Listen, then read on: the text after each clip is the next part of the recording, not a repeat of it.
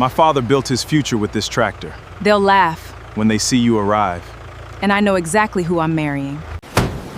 that laborer owns nothing. You don't save just their obedience. You stole information from us, then prove you own it. The county record says you're only a laborer. The record changed 3 days ago, Victor. Harmon Estate belongs to me. I loved you when you had nothing. The laughter started the moment the tractor cleared the bend in the road. It rolled through the August heat in a wave. 200 guests packed into Millhaven First Baptist, all of them fanning themselves with paper programs, all of them going still when the sound of a diesel engine moved under the organ music. A woman near the front said it loud enough for 4 rows to share. "Lord, is that the groom?" The crowd answered her with everything it had. Cell phones appeared. Someone gasped. Someone else laughed so hard they choked on it. Welcome to today's story. If you enjoy emotional drama and shocking twists, don't forget to like this video and subscribe for more unforgettable stories. And before we begin, let me know where you're watching from in the comments. At the altar of that church, in a dress she had spent 3 weeks convincing herself she deserved, Adisa Morgan did not turn around. She had heard the engine before anyone else. She had heard it the way you hear a sound you've been listening for, even when you told yourself you weren't. And standing there with her flowers and her quiet, she felt something she hadn't expected. Not embarrassment, not a cold rush of "what have I done?" Just warmth. The kind that starts in the chest and sits there like something that arrived exactly on time. The crowd's murmur spread from the back pews forward. The water moves when something drops into it. She heard a woman say, "Is this the man she chose over Victor Beaumont?" She heard someone else answer, apparently. The word landed with the kind of weight people reserve for judgments they want heard without technically attaching their name to them. Then someone said, "He came on a tractor," as if the people in the room might have missed it, as if repeating it might make it more true or more ridiculous or more of whatever they needed it to be. Ada looked straight ahead. Through the tall east windows, the gravel path curved up toward the church steps. She could see the tractor out there, an older model with a green cab and rust along the wheel wells, idling in the morning light like something patient. And she could see Eli Warren stepping down from it, unhurried the way he did everything. He reached back for his jacket, shook it out, put it on. He adjusted the collar. He looked up at the front of the church for a moment, the way a man looks at something he has been thinking about for a long time. He had told her 3 nights ago that he was going to drive his father's tractor to the wedding. She had looked at him in the quiet of the east gate and let the information settle. Then she said, "They're going to laugh." He said, "I know." She said, "And?" He said, "My father built everything behind that church on a machine exactly like it. Seems right that he's there." She had not argued. She heard the church doors swing open. The crowd shifted, not quieter, exactly, but different in the way a room changes when the person everyone has been discussing walks through it and no one knows where to look. She did not smile. She did not move. She looked at the wooden cross above the altar and thought about the morning she had stood at the east gate of the estate before sunrise, and the way the mist had sat on the grass like it belonged there, and the way Eli had walked beside her through all of it, without once feeling the need to fill the silence. She had understood that morning what she had already known for a long time. His footsteps came down the aisle. She recognized their pace, even, unhurried, the same as always. When he reached the altar and stood beside her, she finally looked at him, and he was already looking at her. "You didn't turn around," he said quietly. "I knew who was coming," she said. The officiant cleared his throat. The organ restarted, slower, as if reminding the room of the occasion. Somewhere in the 3rd row, a woman in a yellow hat leaned toward her neighbor and said something clipped and confident. The neighbor shushed her. Then a different kind of quiet settled, not the quiet of resolution, but the quiet of something larger than the noise pressing down on the room. Ada thought about her mother, who had called that morning to say she hoped Ada understood what she was walking into. She thought about her sister, who had not called at all. She thought about her father, who had straightened his tie in the mirror an hour ago and told her, quietly, that a man who knows where he came from is not a man to be frightened of. Then she let the morning be what it was and stopped thinking beyond it. A ribbon of sunlight came through the east windows and crossed the floor in front of the altar. Outside, the tractor had gone quiet. The congregation had gone quiet. Everything was still in the particular way things go, still when they are waiting for something that has already, in every way that matters, already happened. 18 months before that tractor turned the corner, Ada had never heard the name Eli Warren. The Morgan house woke up before Ada did, which was the way it had always worked. The leak in the roof over the second bedroom had started back in April, and by August it had developed a rhythm, not constant enough to do anything about, constant enough to keep everyone aware of it. Her mother had put a pot under the worst spot. The pot had been there so long it had left a ring on the floor. Ada's alarm went off at 5:15. She was already awake. By 5:30 she was in the kitchen, making rice and stew for the day's batch, while the coffee brewed and the house made its morning sounds around her. Her mother appeared at 6, wearing her robe, looking at the stove with the expression she used for things she needed to criticize but hadn't quite decided how. "You're going to the estate again today," Gloria said. "That's where the workers are," Ada said. "You could sell in town." "Closer. Easier. Town has 3 lunch spots already. The estate has none." Ada stirred the pot without looking up. "Mama, I'm not having this conversation at 6 in the morning." Gloria poured herself coffee and stood by the counter in a way that meant the conversation was not finished. It was only pausing. "Victor Beaumont asked about you again. Asked Reverend Mills if you were still unattached. And I told Reverend Mills to tell him you were still weighing your options." Ada said nothing. "He's a good man with a good name, and he has not stopped asking, Adisa. That is not nothing." "It's not enough either," Ada said. She moved the stew off the burner and started loading the cooler. Her sister Chanel drifted through the kitchen at 6:40 without speaking to anyone, poured coffee, and left. Her father appeared at 7, moving slowly the way he always moved now since the diagnosis, and sat at the table and thanked Ada for the cup she set in front of him without being asked. "How do you feel?" she said. "Like a man who needs to go to a clinic he can't afford," Ray said, and smiled at her so she wouldn't take it as a complaint. She was on the road by 7:15, cooler in the back of her car, the windows down because the AC had stopped working in June and she'd been meaning to get it fixed. The drive to Harmon Estate took 20 minutes on the county road, past the gas station, past the volunteer fire department, past the pavement broke and the gravel started, and the land opened up on both sides into something that looked like it had always been there, and also like someone was in the middle of changing it permanently. Harmon Estate had been a construction site for 8 months by then. Cranes, concrete forms, a paved access road that hadn't existed the year before. The development company's signage at the gate said Harmon Estate Pays 1, private development, and listed a phone number Ada had never called. She had simply shown up one morning in December with her cooler and her prices and the understanding that wherever there were 50 men working through a Virginia winter, someone was going to want hot food. She set up at the same spot every day, a folding table near the parking area, close enough to the main path that she could flag anyone coming or going, and far enough that she wasn't in the way. By 8, the workers came. By 8:30, she was busy. "Rice or beans?" she said without looking up. "What do you recommend?" said a voice she hadn't heard before. She looked up. He was mid-30s, she guessed, dark work clothes, no company vest. He was watching her with an expression that was more interested than hungry, which she had learned to identify quickly because interested rarely translated into a paying Ken customer, and she was running a business, not a conversation. "I recommend you decide fast," she said. "Hungry men are behind you." He looked at the line that was forming, then back at her. "Rice," he said, $7. He paid without argument. She handed him the plate and turned to the next person.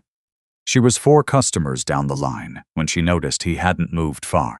He was eating at the edge of the parking area, standing up, watching the sight the way someone watches something that belongs to them. She noticed his hands when he came back to set the empty plate down. There was a callus on the inside of his right palm that came from gripping a steering wheel for long hours. There was red Virginia clay on his boots. "You're new," she said. I've been here 3 weeks, he said. You've been here since December. She paused. You know that how? The concrete guys mentioned you. Said the woman with the food stand was the only reason they made it through January. The concrete guys tip well, she said. You should take notes.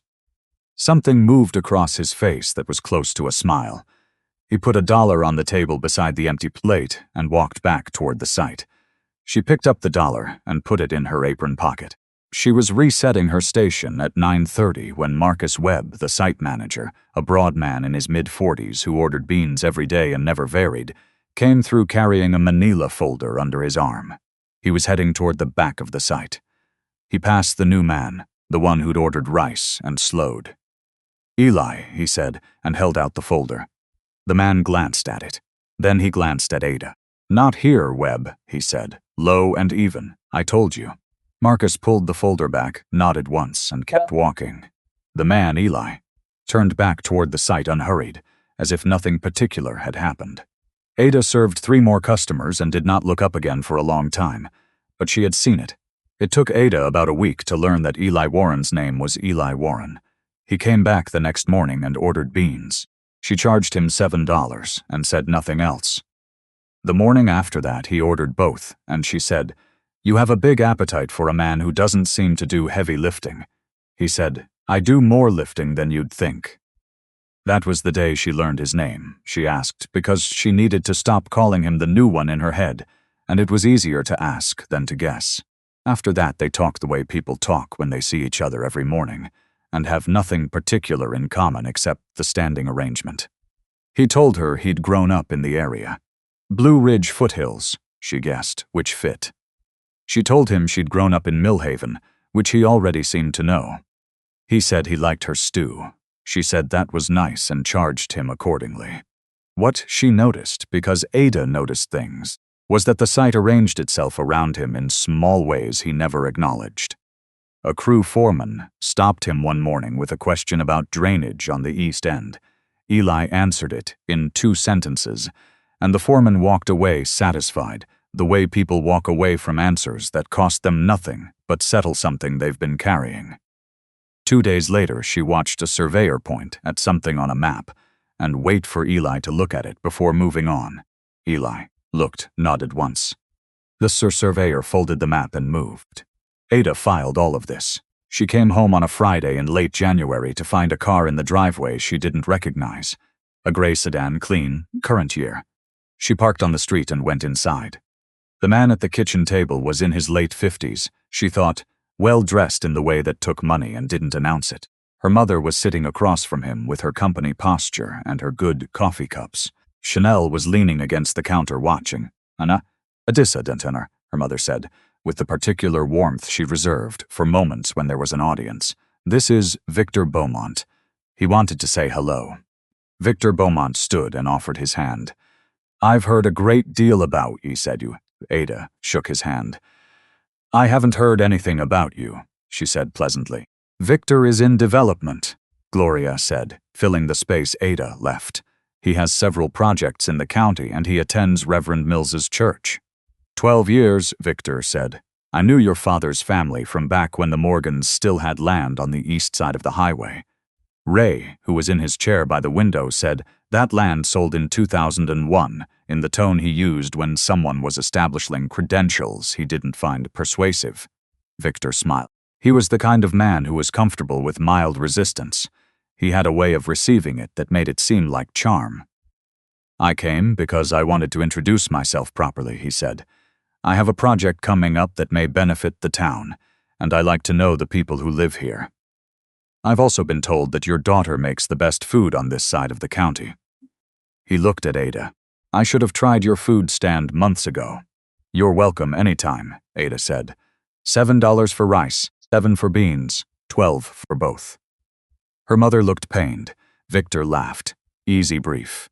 He reached into the bag he'd set beside his chair and produced a bottle of wine and a box of pastries from the bakery in town. He set them on the table with the manner of a man who gives gifts the way other people breathe, without thinking about it, because the action is simply part of how he moves through the world. They talked for 40 minutes. Victor was attentive to Ray's opinions and careful to include Chanel in the conversation, which Chanel received with an attention Ada recognized as something more than politeness. When he left, he walked out with the deliberateness of a man who intends to come back.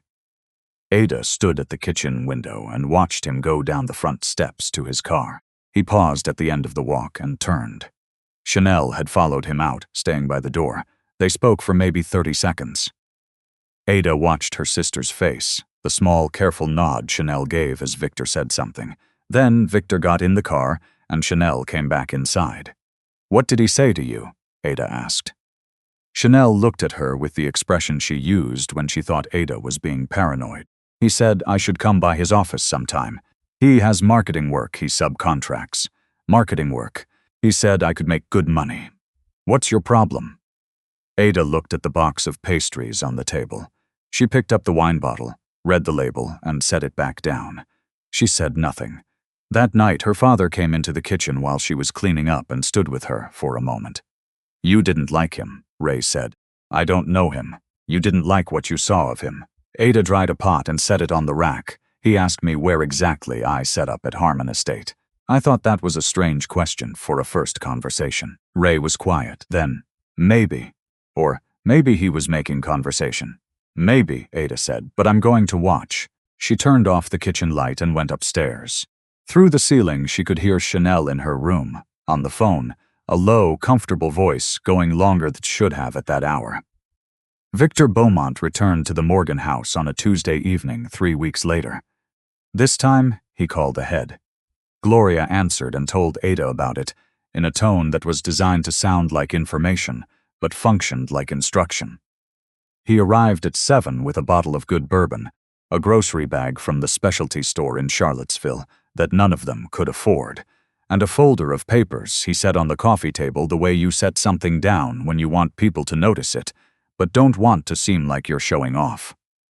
Ray sat in his chair by the window. Chanel had dressed up. Gloria had put out the cloth napkins. Victor was composed and deliberate, and he got to the point within 20 minutes, which Ada had to admit was efficient. "I want to be direct," he said. "I'm not a young man, and I don't have time for games. I've been watching this family for a while, and I've watched Ada for longer than that. She is the kind of woman who doesn't come along often." He looked at Ada when he said it, which she supposed was the point. "What I'm offering is simple. I can give your father proper medical care, not county clinic care, but a real specialist, regular appointments, everything covered. I can have that roof replaced before the first hard frost. I can give Chanel the kind of start she's been wanting, and I can give Ada a life where she's not selling food out of a cooler in the August heat." Gloria said, "God bless you." Ray said nothing. Chanel looked at Ada with the expression she used when she wanted Ada to understand that this was the only sensible response to their situation. Ada said, "Mr. Beaumont, I appreciate that you came. I appreciate that you said it directly, and I'm going to say no directly." She paused to let it sit. The answer is no. The room went the kind of quiet that means everyone was waiting for someone to rephrase the no into something else. Victor received it the way he'd received Ada's mild resistance at the first visit as a temporary position. "I understand," he said. "This is a big decision. It's not the size of it," Ada said. "I don't want what you're offering, Ada." Her mother's voice came out flat and sharp in a way that had weight to it. "Mama." "Mr. Beaumont has been very clear and very generous, he has," Ada said, "and I've been clear. The answer is no." Victor did not argue. He finished his drink, thanked Gloria for the hospitality, shook Ray's hand, and left. He said to Ada at the door, "I'm a patient man," she said. "I know. That's part of what concerns me." He smiled. She didn't. When the door closed, Gloria turned on Ada with a precision that had been building for weeks. "You understand what you just did," Gloria said. "I said no to a man I don't want to marry. You said no to the only offer that has ever put real numbers on this family's problems. The offer was real. The marriage would have been a transaction. Marriage is always a transaction. You think love pays for specialists? Mama." Ray's voice came from the chair. "That's enough. Raymond, don't you dare. Don't you sit there and tell me that's enough when the roof leaks and the clinic costs what it costs. And this girl is turning down a man Who just offered to solve every single problem in this house. He didn't offer to solve our problems, Ada said. He offered to own them. There's a difference, Chanel said, from the doorway. There is no difference when you're actually poor, Ada. She said it quietly, which was worse than if she had shouted it. Some of us don't have the luxury of turning down things that work. Ada looked at her sister. Something in Chanel's face was flat and certain in a way that hadn't been there before, a new steadiness, as if she had already made a decision that Ada didn't know about. Nobody asked you to turn anything down, Ada said. Chanel shrugged and went back to her room. Ray waited until the sounds from upstairs settled. Then he said, quietly, "Come here." Ada sat on the footrest near his chair. He put one hand on her shoulder. "Any man who makes you afraid before the wedding will make you smaller after it," he said. "Money is good. Comfort is good. But your fear is good information. Don't throw it away." Ada leaned her head against his arm. Outside, she could hear Victor's car on the county road, fading in the direction of town, and somewhere in the house above her she could hear Chanel on the phone, not arguing, not explaining, laughing, easy and comfortable as if something had been agreed upon. The talk started in February as best Ada could trace it. It moved the way Satal town gossip moves, not fast but thorough, the way water finds every low spot. By the time it reached Ada's ears, it had been shaped by at least 3 tellings. The version she heard at the supply store on a Wednesday morning went like this. Adisa Morgan was spending her time at Harmon Estate, chasing a laborer named Eli who drove a tractor and ate her food for free. She had refused Victor Beaumont, who was a good man with a real name and real money, for a man who had nothing. She was going to end up with neither.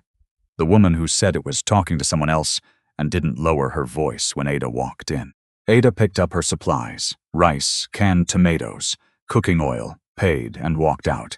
She sat in her car in the parking lot for 2 minutes before she started the engine. She thought about driving straight home. She drove to Harmon Estate instead. The morning rush was over by the time she got there, and Eli was coming back through the main lot with a radio clipped to his belt and red clay on his boots, the same as always. He saw her face when she was still 20 feet away. "Something happened," he said. "People are talking about me," she said. "About us." He was quiet for a moment. "What are they saying?" She told him. She watched his face while she did. He did not look guilty, and he did not look surprised, and he did not give her the kind of discomfort a man gives when the accusation is close enough to truth to sting. "I've never taken a free meal from you," he said. "I know." "Then what are you asking me?" She looked at him. "I'm asking why people talk about you the way they talks about someone they're not sure about. I'm asking why your manager brings you folders and then takes them back. I'm asking why the foremen check with you before they make site calls when you're supposed to be a machine operator." She paused. "I'm asking you what you're not telling me." Eli was quiet for long enough that she thought he might not answer. "There are things I haven't told you," he said. "That's true. Are you using me for something?" "No." He said it with such clean directness that she believed it the way you believe things that aren't performed. "I have never used you for anything. Then tell me what you're hiding." He looked at her. Something moved across his face, not evasion, but something that looked like restraint, like a man holding a door shut not because he doesn't want you in the room, but because he needs the room to be ready first. "I can't tell you right now," he said. "Not because I don't want to. Because the timing matters." "Eli, I know that's not enough," he said. "I know it sounds like every answer you've already heard from people who were hiding the wrong thing, but I need you to hold on a little longer, and I need you to know that when I do tell you, the reason I waited will be clear." Ada looked at him for a long time. The site moved around them, a crane shifting something in the east section, a truck backing in, the constant, dull presence of a place being built. She was aware that this was the point where a sensible woman made a sensible decision and walked away. She was also aware of her own chest, which was not behaving sensibly. "You have a limited amount of time," she said. "I know." She picked up her cooler and loaded it back into her car and drove home.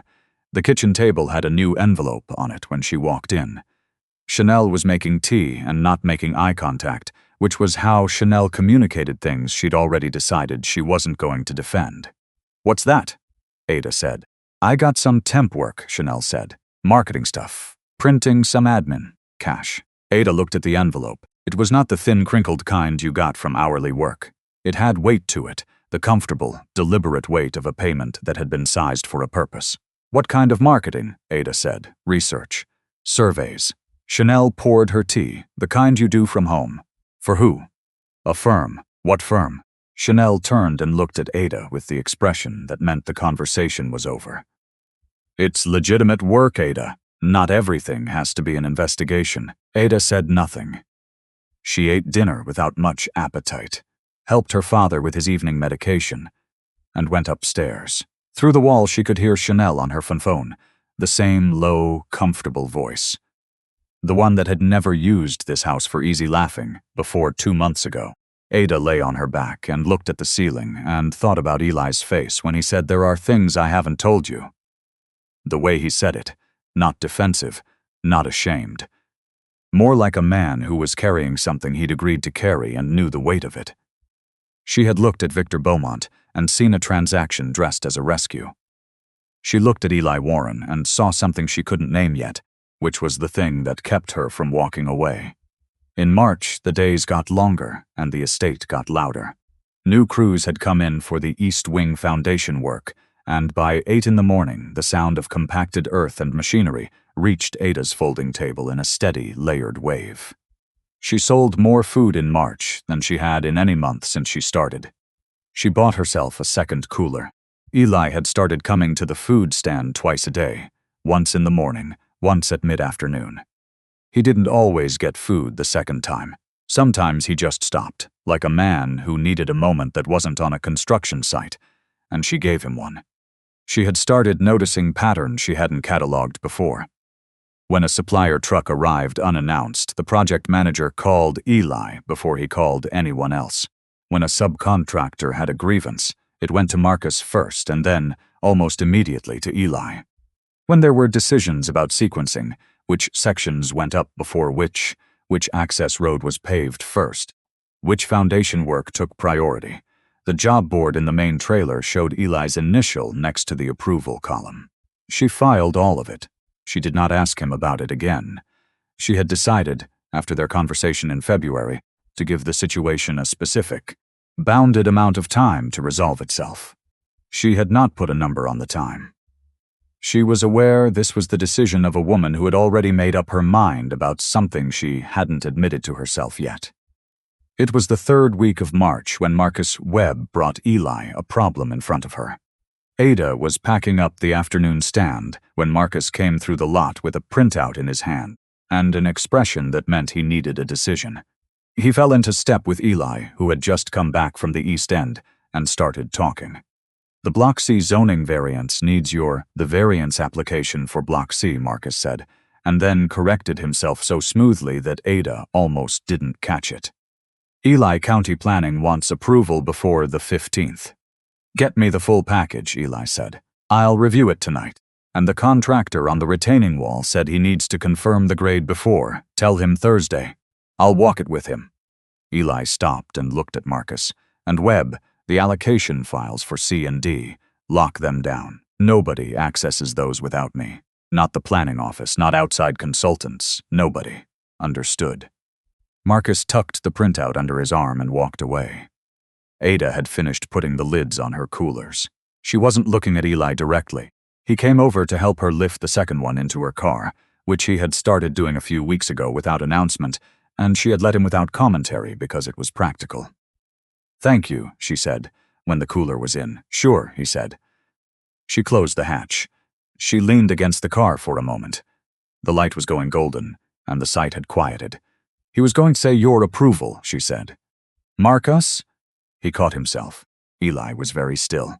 "Approval for Block C," she said. "That's not a laborer's approval.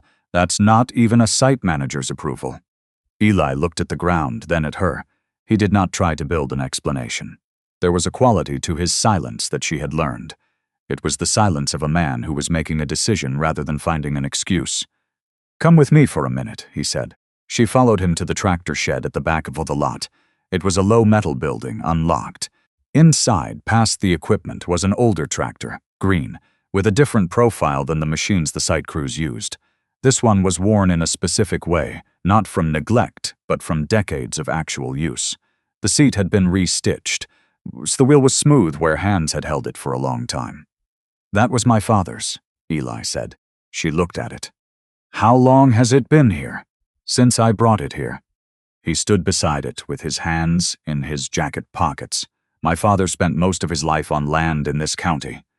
He farmed 200 acres out east of the highway for 30 years, and then he started buying parcels when people were selling them cheap, and he built something with them. This machine," he put one hand on the hood briefly, "the way you touch something without thinking, because the habit is older than thought. He drove this from the farm to the first parcel he ever broke ground on. He said, 'You don't own land you've never touched.'" Ada was quiet. "He died 14 months ago," Eli said, "and I came back. To run the site?" He looked at her for a moment. Something in his face was close to honesty, but not quite at it yet, like a door that was mostly open, enough to see through. "To understand what he'd built," he said, "and to make sure it stayed what he meant it to be." "That's not an answer," she said. "I know," he said. "It's the closest one I have right now. I need a little more time." She looked at the tractor. She thought about a man driving it across a country road toward a piece of land he was going to turn into something. She thought about what it means to understand something by living in it rather than observing it. She did not push him. She drove home in the long March light and found her mother in the hallway, upset in a way she was trying to manage. "Victor called," Gloria said. Ada stopped. "He said he wanted to know how we were doing. He said he said he could have a contractor out to look at the roof before April. No commitment. Just an estimate." Gloria looked at her hands. "He said he was still interested. He said he wanted me to know." Ada looked at her mother's face, the way hope and fear had reorganized themselves there into something that looked more like exhaustion than either. She thought about Ray's clinic costs. She thought about the pot under the leak in the second bedroom. Then she went upstairs without saying anything, because she did not yet know how to say what she was beginning to understand. That night, through the estate office window she'd passed on the walk back to her car, she had heard Eli say something she'd been turning over ever since. "Lock them down. Nobody touches those files without me." She kept coming back to it, not because it alarmed her, because it sounded like someone protecting something valuable, and she needed to understand whose job that actually was. Eli's visit to the Morgan house was Ada's idea, not her mother's. She told him in April, at the food stand, that if he was serious about anything, he was going to have to come and say so in front of her family. He said he was. She said she'd warn him about what he was walking into. He said he didn't need a warning. She gave him one anyway. He arrived on a Saturday afternoon in early April. He wore a collared shirt and good boots and carried himself the way he always carried himself. No apology, no performance. He brought a basket, local honey, smoked meats from the butcher in town, 2 jars of preserves. Not extravagant, intentional. Gloria opened the door and looked at the basket and said, "Well, the word did a lot of work."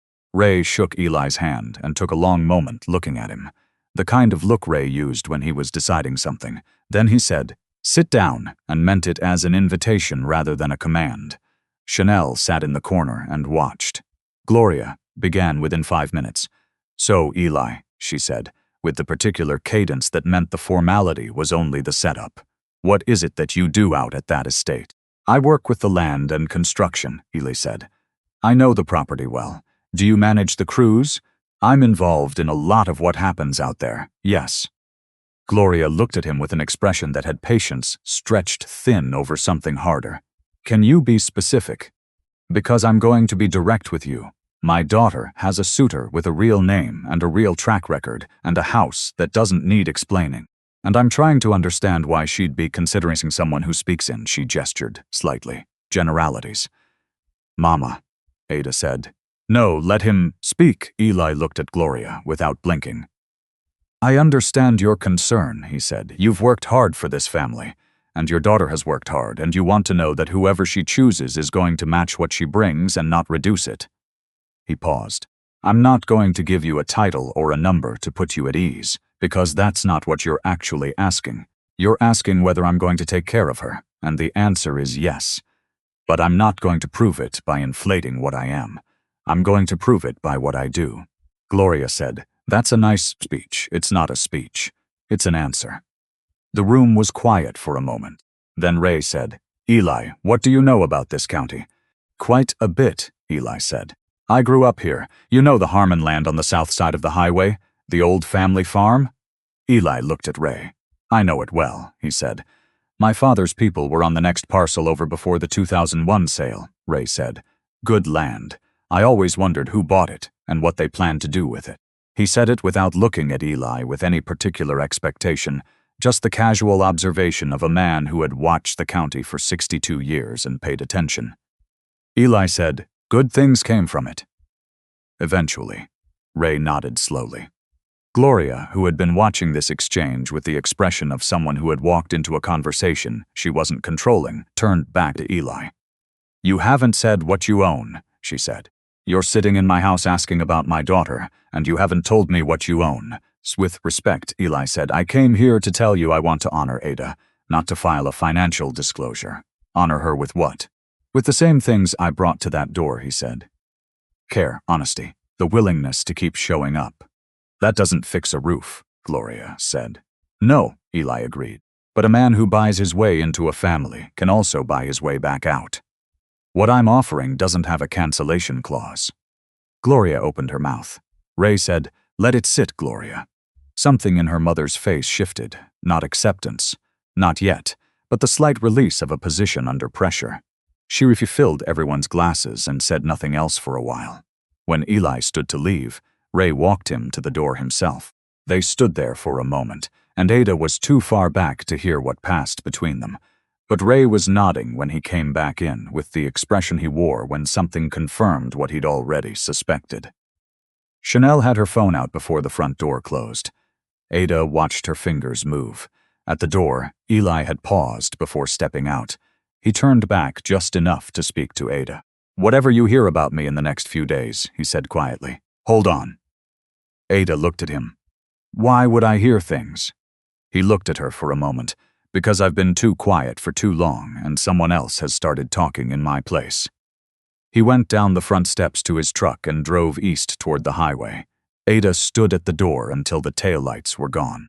Behind her, she heard Chanel's voice go low and deliberate in a way it got when she was talking to someone she didn't want overheard. The county document arrived at the estate office on a Monday morning. Marcus brought it to Eli before the cruise started, which meant he knew it was serious. Eli read it once, stood still for a moment, then read it again. It was a pre-acquisition interest form, the kind a developer filed to establish an investor connection to a property before formal conveyance. Victor Beaumont had filed it with the county planning office, claiming a pre-development arrangement with the original investors of Harmon Estate, LLC. The form targeted blocks C and D specifically. It was requesting first option status on those parcels. In the event the current development arrangement was restructured. Eli set the document on the desk and called his attorney. While he waited on hold, he went through what Victor would have needed to file this. The block designations, the allocation timeline, the parcel boundaries, the specific language about the development arrangement. This was not information that came from public records. The LLC ownership was still pending formal county registration, deliberately so, while the development was in early phases. Someone had given Victor the interior structure of the project. He thought about Chanel Morgan, and the evening she'd sat in the corner of her family's living room watching him with flat, calculating eyes while her mother interrogated him, and her phone screen glowed in her hand. He thought about the envelope Ada had described on the kitchen table. He called Marcus back in. "The allocation files for C and D," he said. "Who accessed them in the past 2 months?" Marcus went to the computer. He came back with a short list. "Your account. Mine." One login from a temporary access code that was issued to the county planning rep back in November for the initial filing review. That code should have been deactivated. Was it? Marcus's face said no. Eli said, "Find out when that code was last used and what was accessed, and then deactivate it." He called his attorney back. He explained the document. His attorney said he'd file an objection with the county by end of day and request an investigation into how Victor had obtained interior project information. Eli said to move fast. He spent the rest of the morning on the east end of the site, walking the retaining wall with the contractor, doing the thing he came to this estate every day to do. He thought about Horace Warren, who had taken 30 years to build something of this size and had never once confused what he owned with who he was. He thought about what his father would have said about a man who tried to steal what someone else had built. At 2 in the afternoon, he came back through the main lot and saw Ada's car in the parking area. The afternoon stand was already mostly packed up. He started in her direction and then stopped. Ada was standing near the main gate with Victor Beaumont. He was close enough to observe without being close enough to interrupt. Victor was talking, composed, deliberate, the posture of a man delivering information rather than having a conversation. Ada was listening. Eli watched her face. He knew her face well enough by now to read it the way you read a weather map, the small indicators that meant more than their surface. What he saw was a woman absorbing something that was costing her something. Victor said something brief at the end, nodded once, and walked back to his car. Ada stood where she was. Eli came to her. She looked at him. He said, "You have no legal claim to anything at this estate," she said. He said he ran a county search on Eli Warren, that you're a laborer, no assets, no ownership. He told me I should verify it myself before I made a permanent mistake. Eli was quiet. "Is that true?" she said. He looked at her. "No," he said. "It's not true." Then why can a man like Victor file a county form, claiming an investor connection to this estate and have it sit there unopposed? "It is opposed," Eli said. "As of this morning." Something shifted in her face, not relief exactly, but recognition. The kind that comes when a piece of the picture you've been building finally connects to another piece. She looked at him for a long moment. "You know about the form?" "Yes." "How long have you known?" "Since this morning. Marcus brought it to me." She looked away, across the site. The cranes were still moving. A truck was backing toward the loading area. Everything was continuing at the ordinary pace of a place being built, the way it always did, regardless of what the people inside it were trying to sort out. "There are things I need to tell you," Eli said. "Things I should have told you sooner." "I know that." "Then tell me now." "Not here," he said. "Not like this. Some truths need the right moment or they get twisted on the way out. Give me until Thursday." Ada looked at him. He held her gaze. "Thursday sunrise," he said. "The East Gate. I'll show you everything. Not just tell you, show you." She was quiet for long enough that he thought she might refuse. Then she said, "If you are not there Thursday at sunrise, I am done asking questions." "I'll be there," he said. She picked up her cooler and walked to her car. He watched her go. He thought about his father again, about a man who understood that the hardest thing about building something real is deciding when to let people see it. He had waited too long. He knew that. But Thursday was 4 days away, and 4 days was enough time to do this right. The county statement came out on a Wednesday, 2 days before Eli had asked for. It was not an official legal finding. Victor was too careful for that, but a quote attributed to a county planning official named Roger Dill, published in the local paper's online news section. The quote said that there was a dispute of interest regarding the ownership structure of Harmon Estate, LLC, and that the county was reviewing the situation. The phrasing was vague enough to mean nothing legally and damaging enough to mean something socially. That was the point. Ada read it at the kitchen table that morning over coffee. She read it twice. Then she folded the paper and set it down and thought about what it would cost Elisa, and what it was designed to cost him, and who had given Roger Dill enough information to phrase it exactly that way. She went and knocked on Chanel's door. Chanel answered in her robe, not yet awake, and looked at Ada's face and went still. "The Countess statement," Ada said. Chanel said nothing. "Blocks C and D," Ada said. "The allocation timeline, the investor structure language." Victor used specific language from the interior of the project, language that is not in any public record. He got it from somewhere. She looked at her sister. "He got it from you." Chanel said, "I didn't know he was going to use it like this." "What did you think he was going to use it for?" He said he was looking for a development opportunity. He said, If there was uncertainty in the ownership, he could step in and partner with the estate, and that would be a good outcome for everybody, Chanel. Ada's voice was quiet in the way it went when she was managing something large. He tried to steal a parcel of Harmon Estate using information you gave him, while he was paying you, while he was supposedly courting me. Chanel looked at the wall. He paid you to spy on me, Ada said, to spy on Eli. To give him information, he needed to take something that isn't his. I didn't know the full picture, Chanel said, and her voice had an edge in it that was closer to defensiveness than remorse. I knew he liked you and that he wanted to know what was happening at the estate. I didn't know about fraud. You gave a man access to confidential project files through a county code he shouldn't have had active, Ada said. Whether you knew the legal name for it doesn't change what it is. Chanel finally looked at her. Ada, we are poor. We have been poor my entire life. Victor was offering me a way out, and I took it. I know you've always been the one who makes the noble choice, but I don't have that. The noble choice, Ada said softly. I paid for your car insurance for 2 years. I lent you $3,000 when you wanted to start the boutique. I worked a second shift for 6 months, and so we could make the property tax without losing the house. Don't tell me I make noble choices. I make the choices that keep this family standing. Same as you, just not by selling information about my sister to a man who is trying to use her. Chanel was quiet. Ada left the room. She went downstairs and sat at the kitchen table. Her father was in the front room, quiet the way he was quiet, when he'd heard something he was choosing not to intervene in. She could hear him breathing. She thought about telling Victor what she knew.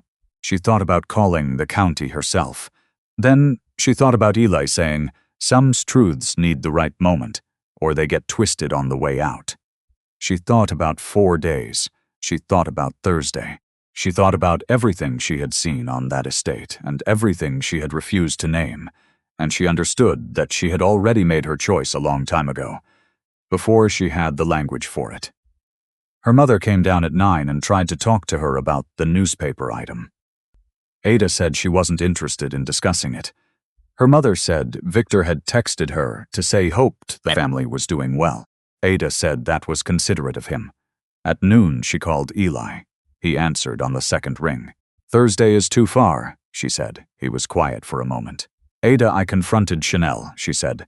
I know what Victor used her for. I know about the county code. I know why the statement came out today. She paused. I'm not asking you to explain any of that. I'm asking you to stop making me wait for the thing I already know I want. There was a long silence. Come to the East Gate, he said. Tomorrow morning, not Thursday. Sunrise? I'll be there, she said. She hung up and looked at the kitchen wall. Her father's voice came from the front room, dry and certain. Good. She almost laughed. Outside, the afternoon was blue and still, and the mountain was visible from the kitchen window the way it got in late April when the haze cleared. She had lived in sight of those mountains her whole life and had stopped noticing them somewhere around 22. She noticed them now. Tomorrow morning. Sunrise. She would finally stop carrying a question she had already answered. She arrived at the East Gate at 5:40, while the sky was still more gray than blue. The gate was unlocked with there before her, standing at the fence with 2 cups of coffee and boots already muddy, which meant he'd been walking the land before she came. He handed her a cup. She took it. They walked. He took your east first along the original fence line that bordered the old highway. The grass was heavy with dew. The cranes and machinery were still and enormous in the early light, looking like animals at rest. The site was unrecognizable from its working hours self. No noise, no movement, just the size of it. My father bought the first 20 acres in 1987, Elsie said. He was 31. He had a truck and a used tractor and about $4,000 in savings. People thought he was out of his mind. Was he? No. He was stubborn in a specific way, the way that looks like recklessness from outside, but is really just patience that doesn't explain itself. Eli stopped at a break in the fence where an old gate post stood, weathered and crooked. He drove through here with that tractor the first morning. He said he wanted to understand what he'd bought by walking it. He walked every acre. Ada looked at the post. Did he? Every acre, every parcel he added after that. Same thing. He said you don't own land you've never touched. He meant it. Practically, you need to know the drainage, the grade, what freezes in November, where the water pools. But he also meant it the way people mean things when they're talking about more than one thing at once. They walked for another 20 minutes. He showed her the concrete outline of the original farmhouse, just a foundation now, preserved in the construction plan because Eli had asked for it to be. He showed her where his father had planted a white oak that was now 60 feet tall and would stay where it was regardless of what the development company built around it. He took her to the tractor shed. I brought it here when I came back, he said, after he died. He put his hand on the hood the way he had in March, briefly, from habit. I didn't want it to sit on the farm going cold. I thought it should be here on the land it helped build. Ada stood beside it and thought about a man deciding where a tractor belonged. She thought about how the decision said more about who Eli Warren was than anything he had said to her mother's kitchen. He left everything to you, she said. It was not a question. Yes, Eli said 14 months ago. The farmland, the parcels, the development company, the trust that holds all of it. Harmon Estate is, he paused the way he paused when he was choosing between precision and diplomacy, and then chose precision, it's mine. All of it has been since he died, and you've been here, working it. Running it, he said, from the ground the way he would have. I didn't want to come in as the owner from day one and have everyone working for me instead of with me. I wanted to understand what was real before I made decisions that affected the people and doing the actual work. And the other part, Ada said. Victor. I knew there were people who would try to acquire pieces of this if they learned the ownership was in transition, he said. I didn't know it was Victor's specifically until March. I thought keeping the ownership quiet while I got my feet under me was the safest way to protect it. I didn't think about how it would land on you. It landed like a man with a secret, she said. I know. I spent 3 months watching you deflect my questions and trusting my instincts over the evidence. I know, he said, and I'm sorry for that, the length of it. I should have told you sooner. Ada held her coffee cup. She looked at the tractor and then at the light coming across the estate, the way it moved through the tree line the same way it must have moved on her father's land a generation ago, before anyone sold anything. You were honest about everything that mattered, she said. Eli looked at her. The tractor, she said. Your father. The way you talked about the land. The way you refused to let Victor buy his way past my mother's questions for you. She looked at him. You were honest about who you were. You were just quiet about what you owned. That's a charitable reading, he said. It's an accurate one, she said. I'm not angry. I was a little when I left last night. But I'm not now. She looked at the oak tree, at the morning sky behind it. 4 days. You said 4 days at the wedding. Yes, he said. Are you still planning to drive that tractor to the church? He looked at her. There was something in his face she had not seen before. A fullness, a visibility, as if a layer that had been necessary was no longer needed. Yes, he said. Is that still acceptable to you? More than acceptable, she said. She handed him back the empty coffee cup. She looked around at the estate. All of it. The construction and the old oak, and the farmhouse foundation, and the tractor, and the long fence line in the morning light.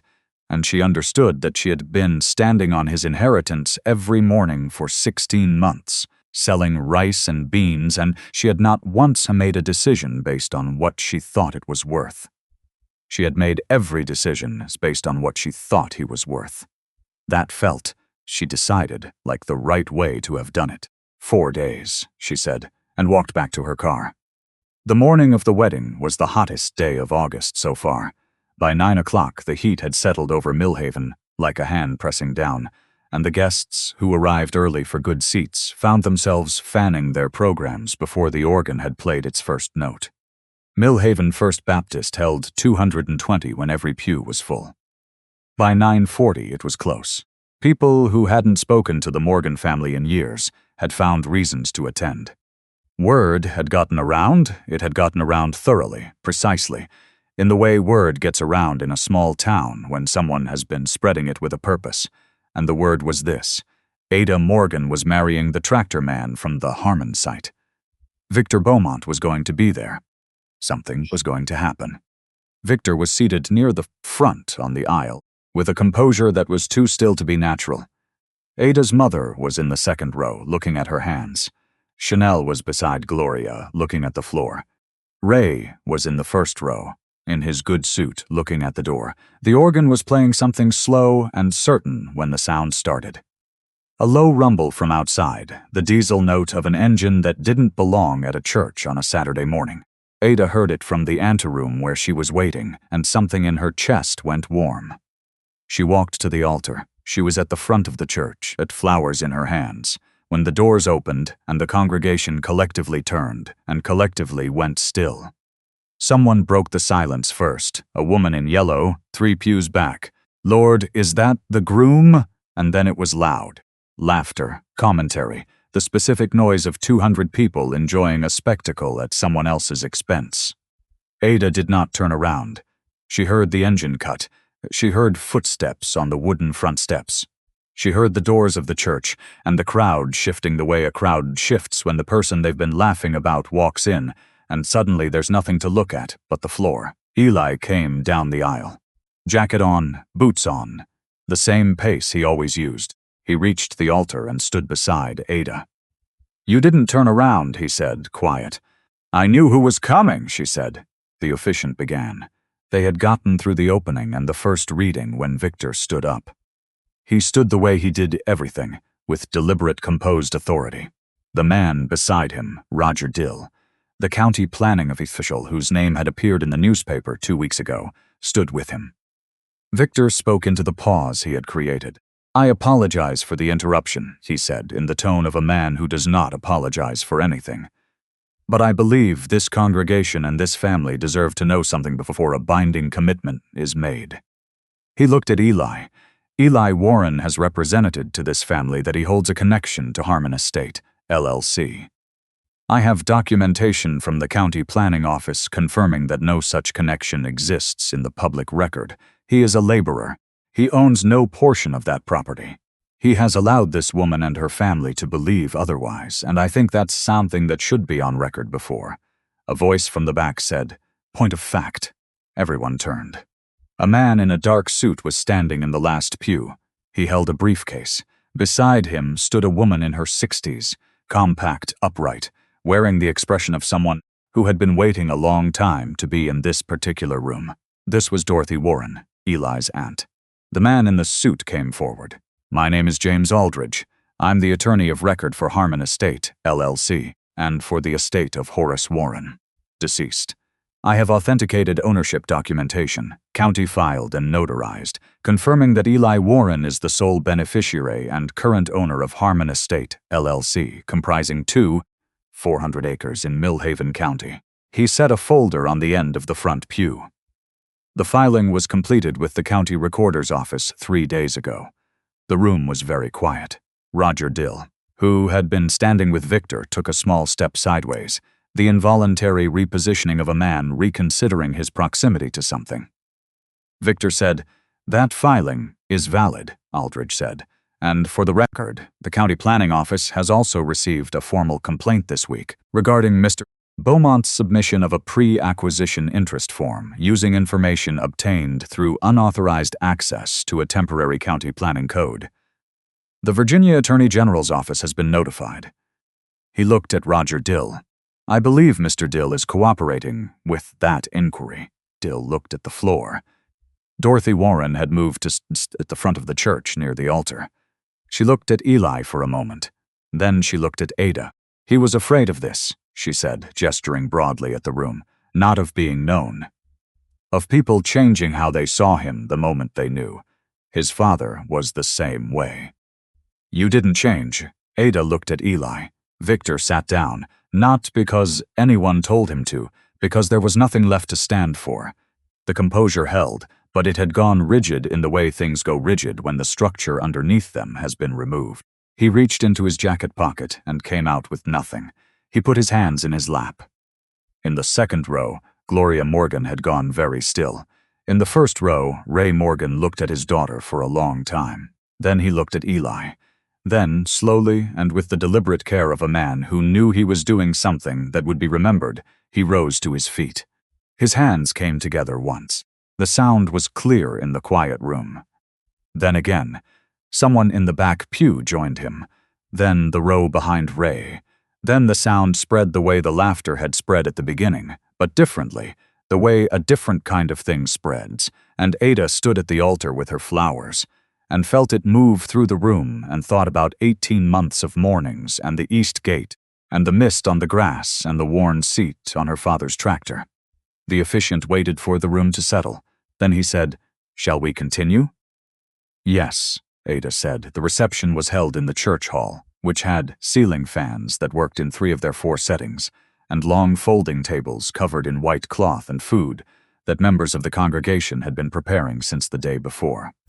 Someone had put wildflowers in mason jars.